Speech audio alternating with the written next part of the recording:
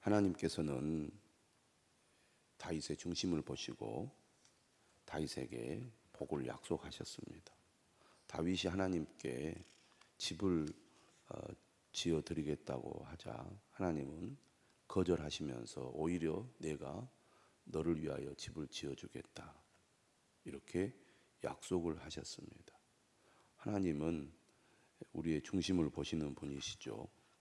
우리의 중심을 보시고 우리에게 우리가 원하는 것보다 우리가 기대하는 것보다 더 큰 복을 주시는 분이십니다. 이스라엘은 가나안을 정복했지만 하나님의 말씀에 온전히 순종하지 못했기 때문에 가나안 원주민으로부터도 어려움을 겪었고 또 주변 나라들로부터도 늘 괴롭힘을 많이 겪었습니다. 사사시대는 늘 주변의 침략으로 인하여 고통스러운 삶이 반복된 시대였죠. 사울왕 때에도 마찬가지였습니다. 사울왕 때에도 여전히 주변의 나라들로 인해서 이스라엘은 어려움을 겪었는데 이것이 완전히 반전이 된 그 시대는 다윗 시대입니다. 하나님이 함께 하셨고 하나님이 다윗에게 복을 내려주셨기 때문에 약소국인 이스라엘이 주변 세계에서는 아주 강한 강대국으로 성장을 하게 된 것입니다. 오늘 본문은 다윗이 전쟁에서 승리한 이야기가 기록되어 있습니다. 1절이죠. 그 후에 다윗이 블레셋 사람들을 쳐서 황복을 받고 블레셋 사람들의 손에서 가드와 그 동네를 빼앗고 사사시대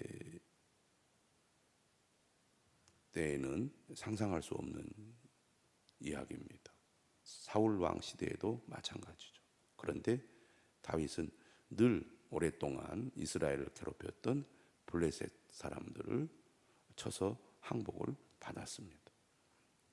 그들을 지배하는 지배국이 된 거죠.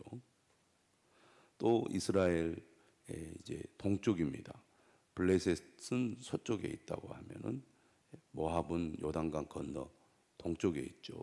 모압 역시 이스라엘을 끊임없이 괴롭힌 민족이었습니다.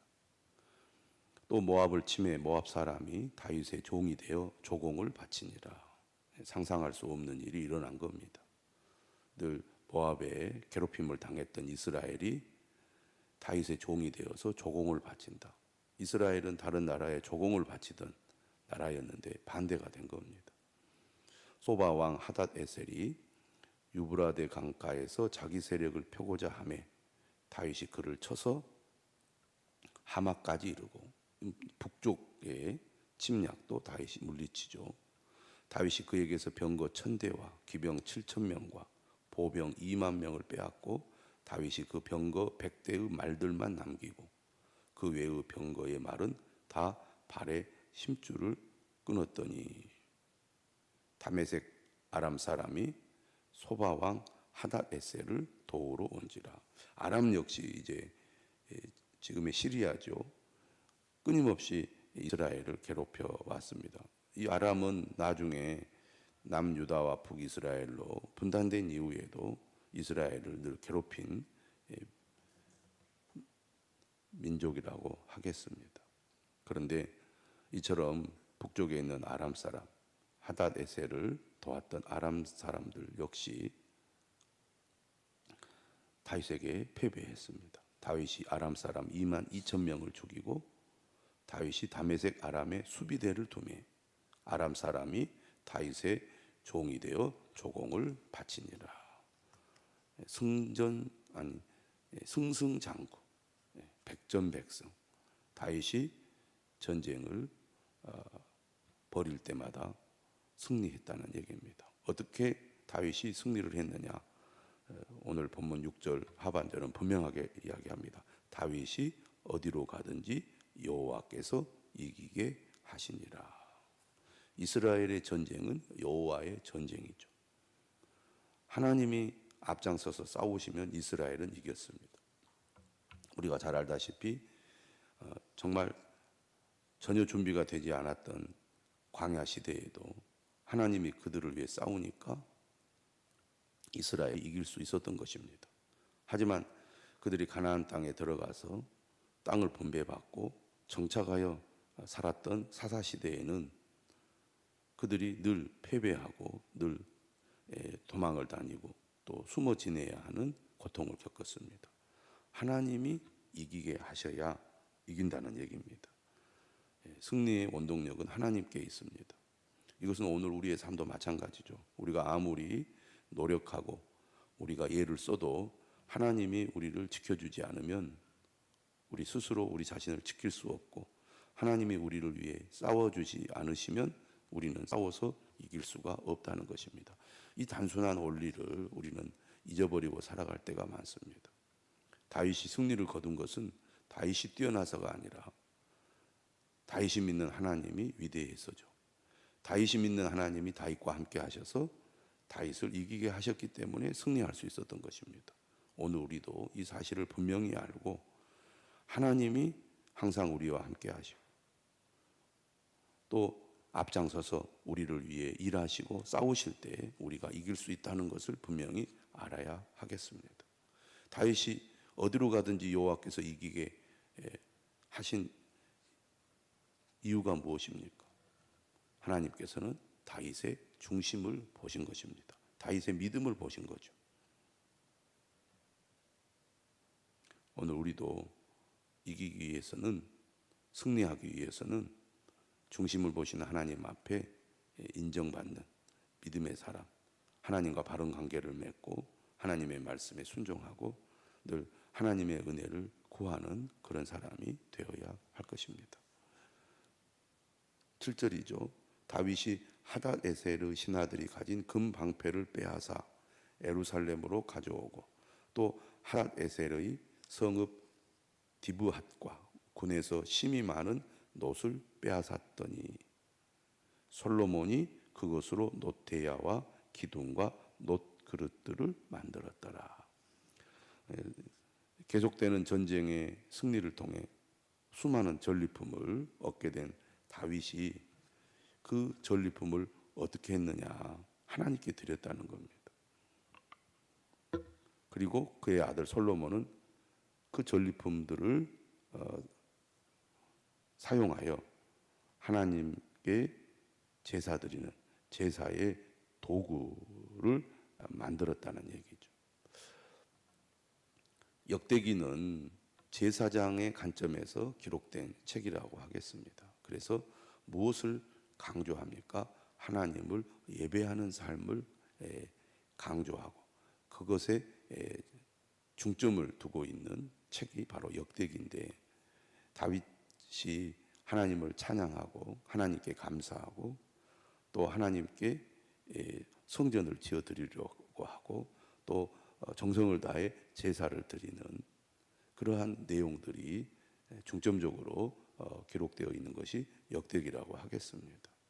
오늘 본문도 그것을 잘 보여주는 겁니다. 전쟁을 승리하는 이야기도 길지 않게 핵심만 딱 이렇게 기록을 하고 그 이후에 다윗이 어떻게 했느냐, 이 내용을 또한 다루고 있습니다. 많은 전리품을 얻게 되었다. 그리고 그걸 가지고 어떻게 했느냐, 다윗은 먼저 하나님을 생각하고 하나님께 드리는 모습을 보였습니다. 그러니까 다윗이 하나님의 인정을 받고 사랑을 받고 또 하나님의 복을 받을 만한 그런 자세가 되어 있는 것을 잘 보여주고 있습니다. 다윗이처럼 전쟁에서 승장구하니까 하맛 왕 도우가 어떻게 합니까? 그의 아들 하도람을 보내서 다윗 왕에게 문안하고 축복하게 합니다. 한마디로 말하면 화친을 청한 거죠. 그리고 전쟁을 피하고 큰 손실을 입지 않게 해서 다윗에게 이제 곡물을 봉헌하게 되는데, 하도람이 금과 은과 놋의 여러 가지 그릇을 가져옵니다. 자, 이처럼 다윗은 전쟁을 하지 않고도 주변 나라를 지배하는 이제 경지에 오르게 된 겁니다. 그런데 다윗이 어떻게 했습니까? 11절에도 다윗 왕이 그것도 여호와께 들이되 에돔과 모압과 암몬 자손과 블레셋 사람들과 아말렉 등 모든 이방 민족에게서 빼앗아 온 은금과 함께하여 드리니라. 다윗은 항상 하나님 먼저 하나님을 섬기는 것을 중요하게 여겼습니다. 그것은 곧 자신이 전쟁에서 승리한 것은 자신의 힘으로 된 것이 아니고 하나님께서 승리하게 하셨다. 하나님의 승리다. 다시 말하면 하나님의 공이다. 하나님의 공로로 우리가 이겼다. 그러니 그 공을 하나님께 드리는 것이 당연하다. 이게 다윗의 믿음이었습니다. 오늘 우리도 하나님께 감사하고 또 하나님께 예배하고 하나님 앞에 헌신하는 우리의 중심도 마찬가지입니다. 우리가 얻은 모든 것, 우리가 이룬 모든 것 하나님이 얻게 하시고 이루게 하신 거죠. 하나님이 우리에게 주신 것입니다. 그러므로 하나님께서 나에게, 나의 가정에, 나의 삶에 우리에게 주신 그 은혜를 우리가 헤아려 하나님 앞에 그에 걸맞는 감사와 영광을 돌리는 것은 매우 당연하다고 하겠습니다. 다윗은 그 믿음이 있었던 것이죠. 내가 잘나서 내가 능력이 있어서 한 것이 아닙니다. 하나님이 하셨습니다. 그러니 마땅히 하나님께 감사를 드리고 하나님께 영광을 드리는 것이 합당합니다.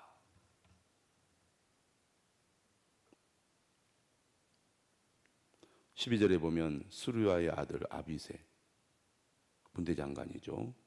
소금 골짜기에서 에돔 사람 18,000명을 쳐 죽였습니다.